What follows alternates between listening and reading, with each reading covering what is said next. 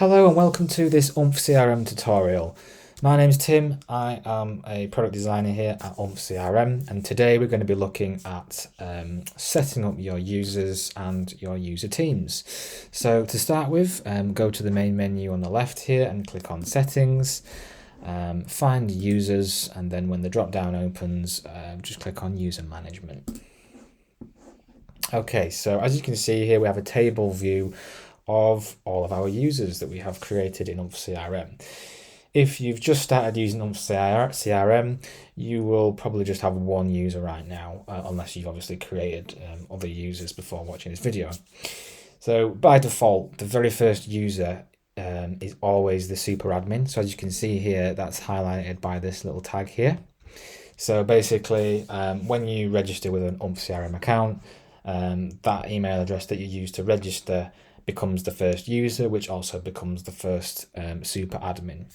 Super admins can't be deleted, and they're always there, as sort of insurance. So if anything happens, if someone goes rogue and deletes all of your users, but they can't delete the super admin, obviously, the super admin can take control, and they can sort of revert the changes, and steady the ship sort of thing. So it's really useful to have. Just make sure that the person that is the super admin obviously is trustworthy in your organization, and is capable of sort of implementing those changes. So to start with, to add a new user, it's really simple. We just need to click Add New in the top right hand corner here, and that's going to open the user information form. So start with the first name. So I'm just going to make one up. So Harry Jones. Ignore this. It's just automatically filled, from my browser.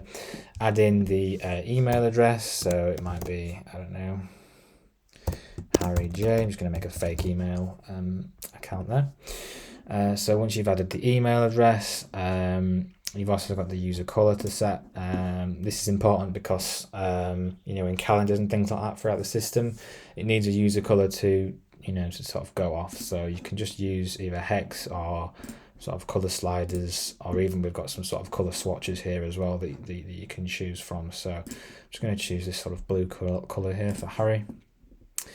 The next section is user teams, and obviously we are going to get onto that in the next part. You will have some teams by default again, which are admin and staff. You won't get sales and finance. I've set these up myself. So for the purpose of this, I'm just going to click staff, just like that. It's worth noting that users can be in multiple teams. So as you can see here, I can make Harry part of staff and finance. We'll cover that a bit later with teams when we get into permissions, because obviously I'm sure you're wondering how does the permissions all work when you're in multiple teams, but we will get to that later on. So next we have some more options like two-factor authentication, which you can turn on. I'm not going to turn it on for the purpose of this tutorial, but you can turn it on for Harry if you want, just to add that extra layer of security. And then obviously a password. So you can set a password for Harry, or you can just simply click generate secure password underneath, and that will generate something really quick and also viable for Harry. You can also add custom fields in this area if you want to. I don't have any set up at the moment, but they can be set up in the user setup area in here. So you can have as many additional fields against your users that you need. Okay, so if we click save, just ignore that pop-up from Chrome. As you can see, it's now saved that information, and we have successfully created a user. You will also see in this sort of view of the user, we've now got several tabs.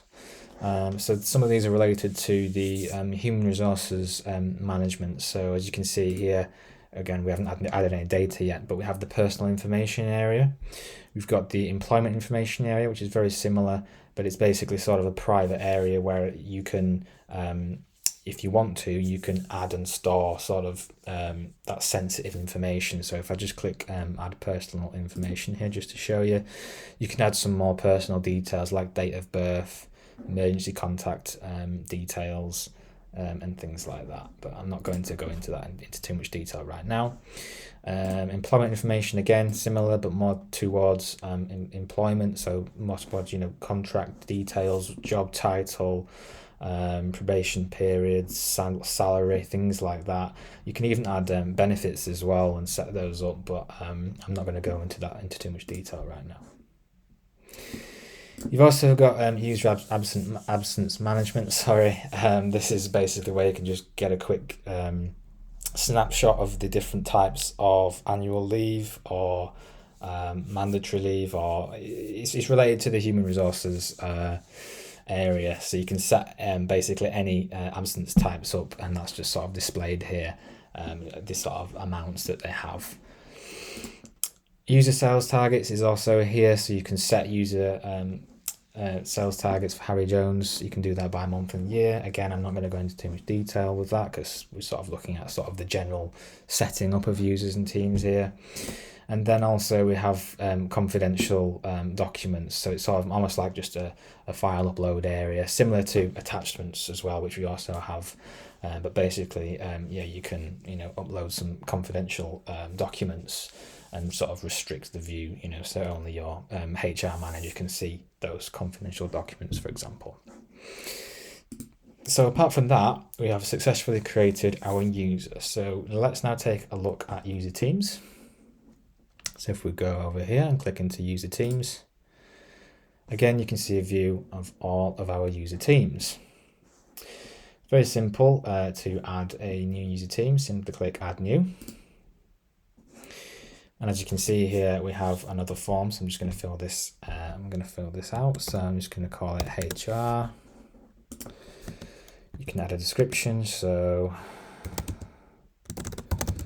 human resources team. Obviously, you can add in as much as you want in there, but just for this tutorial, I'm not going to add much. And then you have the team managers and admin sections. So you can add a line manager. Again, this shows all of our users that we've just seen, so we can make Harry Jones a line manager if we wish. The line manager is basically, it just allows them to have visibility of that team. So basically throughout the system, when you're viewing information, for example, sales opportunities or activities, if you are the line manager, it means that you can view all of the users within that team, so you can view all of their activities. Obviously, if you're not a line manager, then you will just see your own activities. So that's kind of what this line manager field does. Absences admin is similar, except it's just applied to the absences area, which is in the human resources module. Basically, an absences admin can approve or reject absences. That's literally all that this one is. And same again for expenses. This admin can just approve or reject expenses. So if we save our new team, there we go. You can see again we've got this sort of tabs layout and a sort of view of what we've just added. You'll see that we have two tabs as well that have appeared. So we've got the permissions tab here. As you can see, this team doesn't have any permissions. I'm just going to minimize this menu just so it's, so we can see more here. This is where you can set all the permissions for the team. So as you can see, currently by default, there aren't any permissions. So what you want to do is you want to click in the three-dot menu and click edit, and that will allow you to go through and edit the permissions for this team.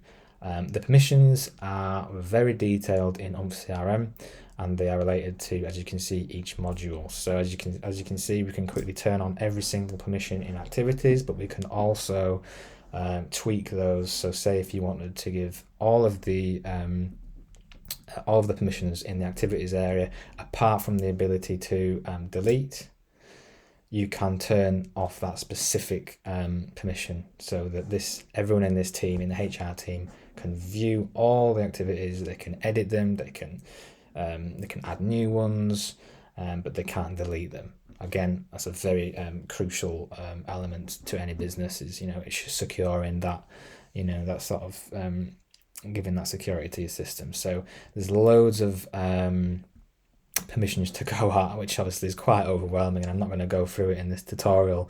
But obviously, by switching on the top one at the top there, it quickly goes, it makes the process faster because it just, it toggles all of the ones in that module. So once you've played with that and you've got your permissions in your team how you want them, when you click save, okay, a little refresh there. As you can see there, we can just sort of check through and see that that's saved, and we've got visibility of those permissions. The next tab across is team members. So you can actually add team members from this area as well if you like. You can also do it in the user management area where we just were, as you saw when I created Harry. But here is just also a very easy, nice way if you want to add them in bulk, because if you've got a team and you want to add 20 different users into that team, obviously you'd have to go into each user and then you do it sort of that way, whereas this way you can just do it very quickly. So for example, if we click manage users, it opens up this very basic form. We can go through and very quickly add multiple people to this team, and just like that, click save, and you can see all the users in that team. And then if we go into the users, view user, you'll see here that it's been added to this team as well as the teams that we added earlier. So that raises the question again of what happens if a user is in multiple teams and the permissions conflict with each other. So say, for example, permission A in HR is enabled, but permission A in finance team is disabled. What happens? Well, basically the enabled permission always takes priority over the disabled permission. Okay, so in that scenario, Harry would have the permission for permission A. He would have permission A enabled. This pretty much covers up the tour of users, but there is the user setup area, as I mentioned earlier. So we just click that.